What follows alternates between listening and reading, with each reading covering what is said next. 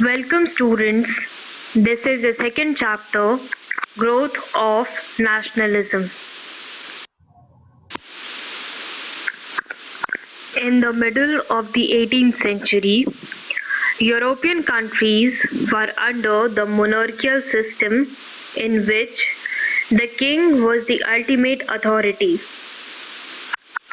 Kingdoms were spread over vast territories inhabited by people of different ethnic groups. In most cases, the kings were foreigners to the people who felt no loyalty towards them. The feudal lords, who controlled small areas within the kingdom, were like minor kings in their own areas.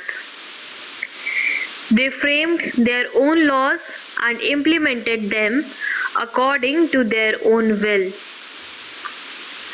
Thus, a kingdom was divided into a large number of feudal estates, each governed by a separate set of laws. There were also a large number of customs duties to be paid within a kingdom at various points. This was economically harmful and affected the smooth running of trade. The rich merchant class now demanded the removal of such barriers and wanted the establishment of a nation-state with a uniform set of laws. Nation-states emerged when a homogeneous population living in a common territory, sharing a historical and cultural background, and having common aspirations began to consider themselves as one people. Let's see this again. Nation-states emerged when a homogeneous population living in a common territory, sharing a historical and cultural background, and having common aspirations began to consider themselves as one people. This feeling of oneness was fired by a new spirit of patriotism, of owing loyalty not to the king but to the country which belonged to all citizens within that territory. This new trend in political philosophy led to the growth of nationalism and resulted in the birth of the nation-state. France and England were among the first nation-states. Nationalism is a sense of oneness born out of sharing the same geographical territory, the same culture and history, and similar aspirations to be independent of foreign domination. In some countries of Europe, progressive kings encouraged the feeling of nationalism and won the loyalty of the people. These kings learned to share power with the representatives of the people. Such governments were called constitutional monarchies. Constitutional monarchy had come into existence in England as early as in the year 1688.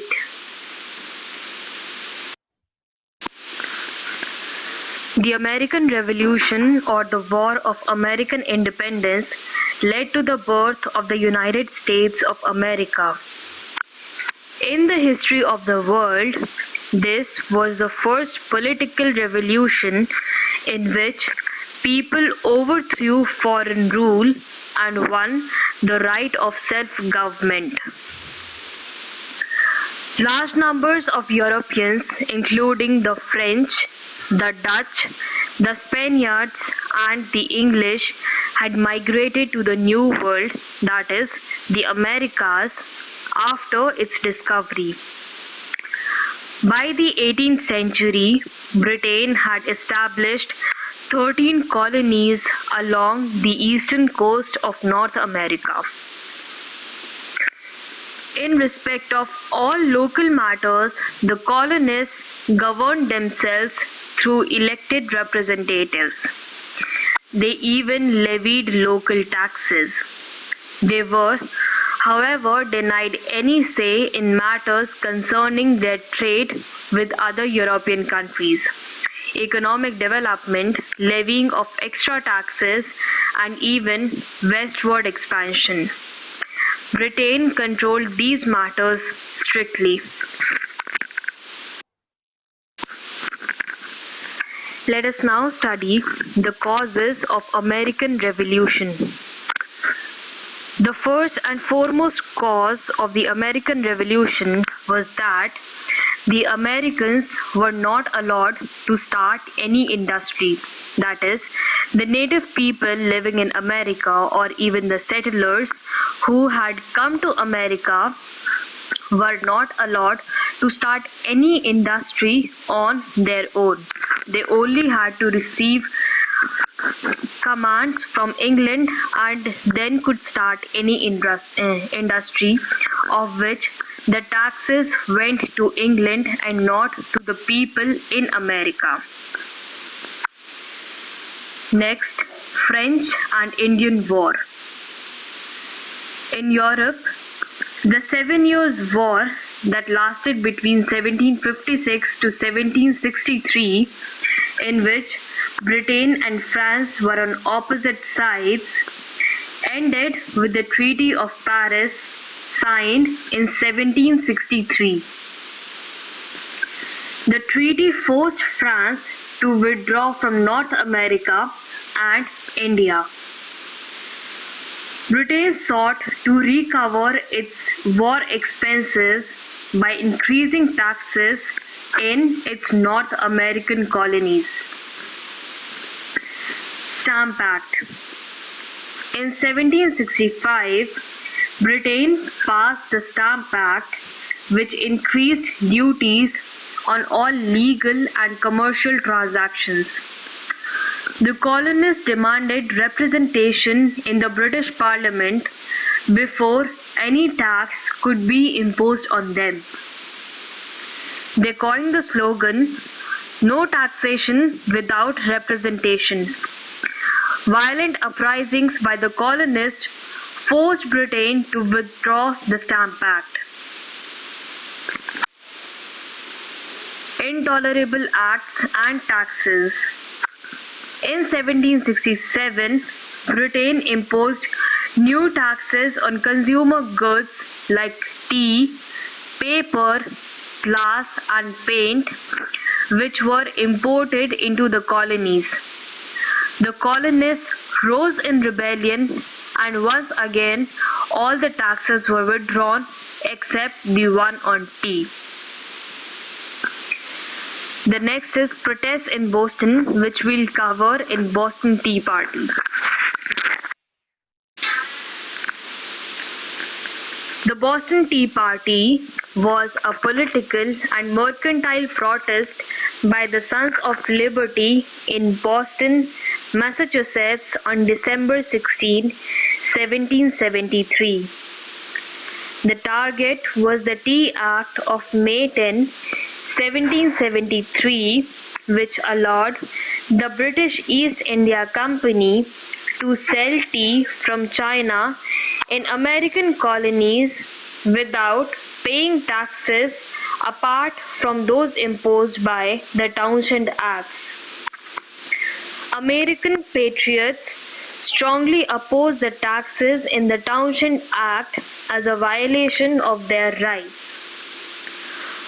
On December 16, 1773, at Griffith's Wharf in Boston, when the governor ordered 3 ships to be unloaded, a group of colonists disguised as American Indians boarded the ships and threw the crates of tea into the sea. This incident, known as the Boston Tea Party, sparked off the American Revolution. The War of Independence. In 1774, the representatives of the colonists met and appealed to the King of England to redress their grievances. However, in April 1775, fighting broke out between the British and the colonists. George Washington was appointed the commander of the American forces. In August 1775, Britain declared a state of rebellion in America. On 4th July 1776, at a Congress, that is a meeting, in Philadelphia, the settlers of the 13 colonies adopted the Declaration of Independence written by Thomas Jefferson. In 1778, France joined the colonists in their struggle against Britain, and later Spain and the Netherlands followed. Thus, the war became international.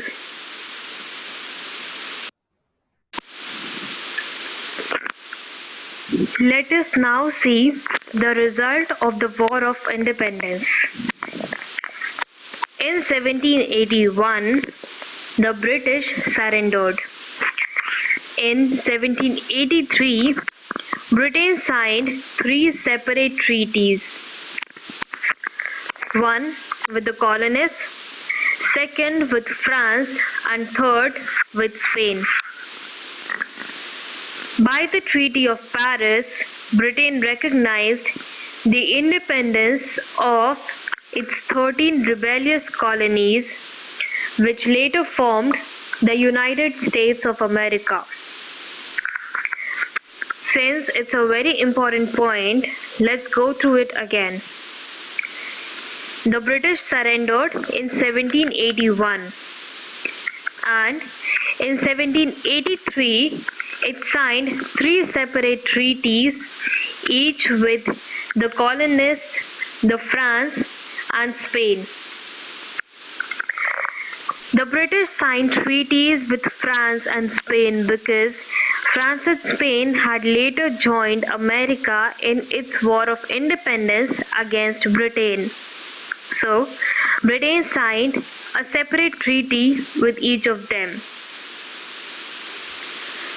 And by the Treaty of Paris, Britain recognized the independence of its 13 rebellious colonies, which later formed the United States of America. So, it drew lines between British Canada and American territory. Canada was still a colony of Britain, while America had gained its independence from British reign. Now, in 1789, the national government of the USA adopted a republican constitution to which the Bill of Rights was added. It assured the citizens of the USA justice under the law, freedom of speech and religion, and freedom of the press. So let's repeat it again. In 1789, the national government of the USA adopted a republican constitution to which the Bill of Rights was added. The Bill of Rights assured the citizens of the USA justice under the law, freedom of speech and religion, and freedom of the press.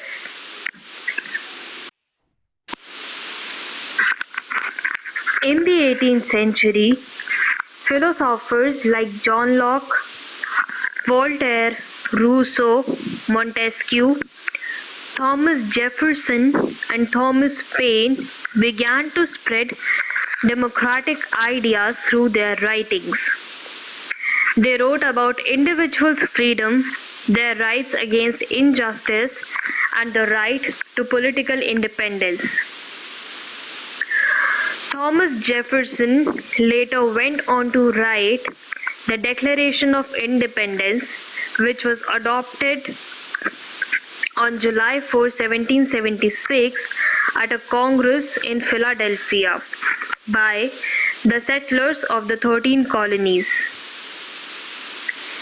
The Declaration of Independence stated that all men are born equal and cannot be denied the rights to life, liberty, and the pursuit of happiness. It also asserted people's right to form their own government. Since Declaration of Independence is also an important topic, we should read it once again.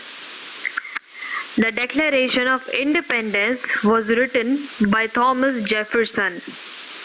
It stated that all men are born equal and cannot be denied the rights to life, liberty, and the pursuit of happiness.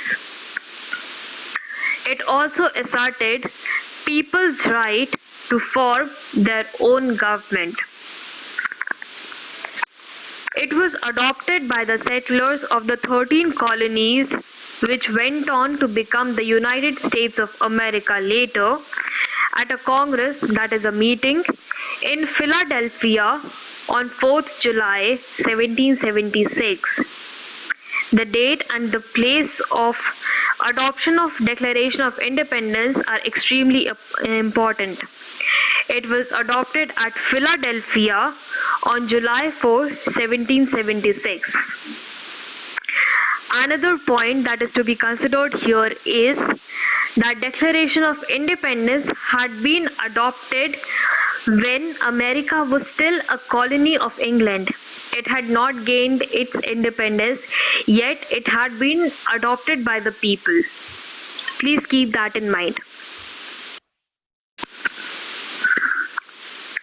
Influence of John Locke's ideas on the Declaration of Independence. Thomas Jefferson was the main author of the Declaration of Independence. We have already read this, that Thomas Jefferson wrote the Declaration of Independence. He was influenced by many philosophers, especially John Locke. So, Thomas Jefferson had taken inspiration from a lot of philosophers for writing this Declaration of Independence, but he was mainly inspired by the ideas of John Locke. John Locke developed the concept of natural rights, according to which every individual is born with some God-given rights that no government can take away. So, John Locke has developed the concept of natural rights. The natural rights were right to life, right to liberty, and property.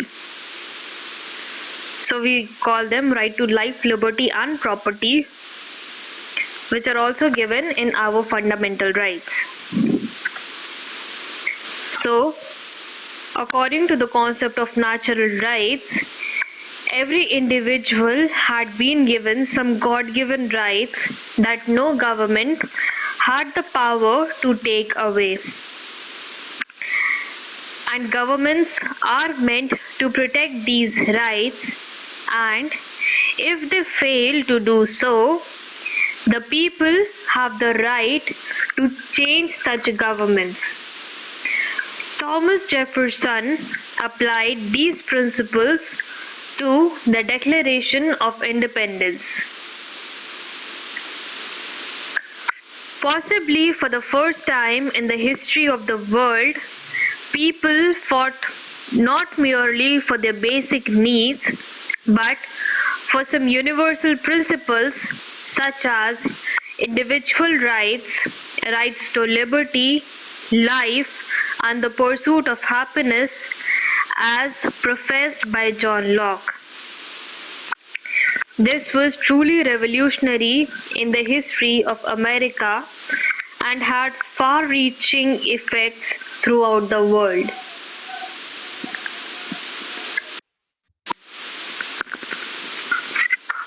Now, there's a set of questions in assignment that you have to do. First question is, what is nationalism? We have read about nationalism in the previous slides. So, we had read, nationalism is a sense of oneness born out of sharing the same geographical territory, the same culture and history, and similar aspirations to be independent of foreign domination. You have to write this in your notebook. Next is, what were the causes of American War of Independence? We have also covered this topic and we studied that there were several causes of American War of Independence. So, you have got to write every point that we have studied at back. Next question is, write short note on Boston Tea Party. We have studied Boston Tea Party as a separate topic altogether, and I had already told you that this is a very important topic, so I've got to put extra concern in this. We studied how Boston Tea Party happened and how it sparked off the American Revolution. So mention these points in your answer.